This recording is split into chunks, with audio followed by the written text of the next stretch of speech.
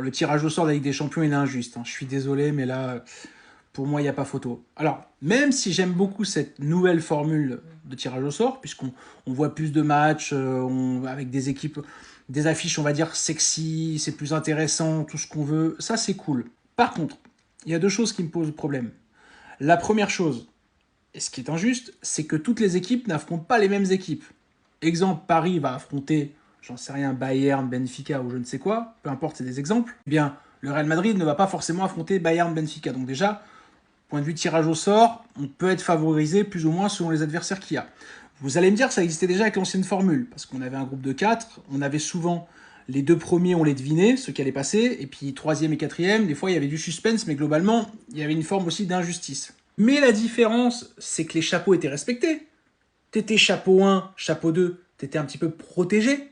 Là, exemple Paris, en quoi ils sont protégés d'être chapeau 1? Ils ont un des pires tirages au sort. C'est un peu contre-productif quand même.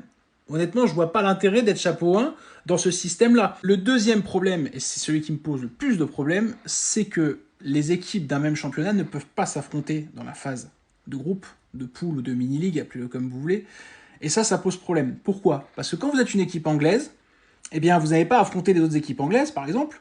Donc, vous allez affronter des équipes plus faibles en face, dans la majorité. C'est-à-dire vous allez sortir peut-être du Barça, du Real, du Paris, ce que vous voulez, mais vous allez vous retrouver avec des équipes, on va dire, plus faibles ensuite. Alors que quand vous êtes une équipe française, par exemple, Paris pour pas les nommer, ou Marseille, ou Monaco même, ben vous allez vous retrouver peut-être avec du Manchester City, et vous retrouvez peut-être avec, je sais pas, du Arsenal, etc. Je trouve que là-dessus, il y a un manque d'équité. Voilà, donc ça me pose problème. Je sais pas ce que vous en pensez. Dites-le moi dans les commentaires et on peut en débattre. Ça me fera plaisir.